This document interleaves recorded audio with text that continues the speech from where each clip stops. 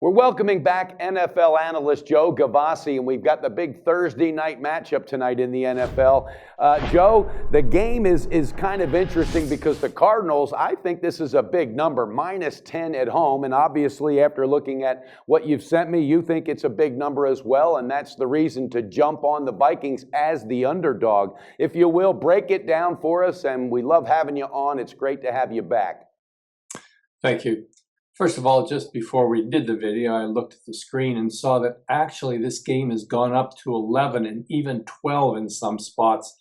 And I ask you once again, dear listeners, how many times do you have to see this before you'll respond? Let's flash back to week 1 of the NFL season when the San Francisco 49ers hosted these highly touted Minnesota Vikings, and the line opened San Francisco 2.5. And by game time went all the way to Minnesota -3. You know the result, as the public got steamrolled in that one, with San Francisco emerging with a most improbable victory. Now we flash forward 13 weeks and look at the Minnesota Vikings on the other end of the line swing. A line that opened at 7 points is now a solid 11 higher in most places and may climb even higher before the game begins tonight. Why? Well, Minnesota has shown poorly against the most recent 2 quality opponents they played, getting blown out at home by both the Green Bay Packers by 17 and last week by the Seattle Seahawks. No public bettor wants to see that when he's making his next play. Furthermore, Arizona comes in here at 10-2 straight up, winners of 6 straight, and just steamrolling St. Louis last week with stats to match, outgaining them by almost 300 yards in the stat chart.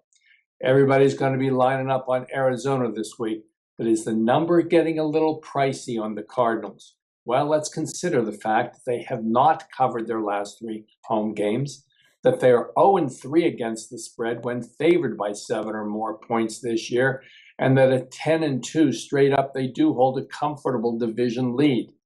Minnesota, on the other hand, plenty to prove after the debacle last week, tied with Green Bay for the division lead now, and coming in still with an outstanding underdog record, an outstanding record off a loss, and an outstanding record in non-divisional play. I'm going to go contrary again, the way we've made our money, and come with the Vikings plus the 11 or more points tonight. No hurry to get down on this one. Wait till the line goes as high as it can. Joe, and again, I'm just asking you this because of I respect your work so much. The only red flag for me that goes off is that I think the Vikings, the last, they've lost 2 out of 3 and they have not looked good. But when you're giving Adrian Peterson the ball only 8 times against Seattle, and I know they had to come back from a deficit, but I don't know. I think this team's kind of losing focus, and I think Teddy Bridgewater, I think his body's hurting more than anybody knows. He takes a lot of hits every game. Carson Palmer is absolutely on top of his game. You don't think that, playing into the fact that playoffs are around the corner, you don't think Cardinals could spread themselves out wider than 11 points, huh? Let's go into this game and look at what has gotten the Minnesota Vikings to the point they are, and that's head coach Zimmer and his philosophy of running the ball and defense first. I haven't reviewed this stat with you for quite a while, but we know that teams who run the ball in the NFL 30 or more times a game when their opponent does not cover the point spread nearly 85% of the time. Wow. That's why the Vikings have gotten the money so often in the last 2 years.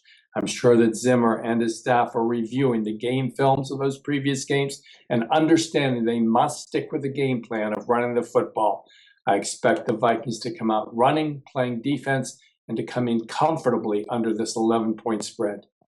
Wow. Wealth of knowledge. I love it. Joe Gavazzi, you just dig deep and you do your homework. I respect that, Joe. I respect that so much.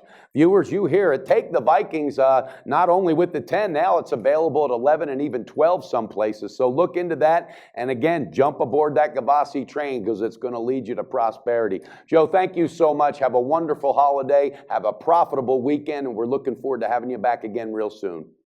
I thank you. Good luck out there, guys.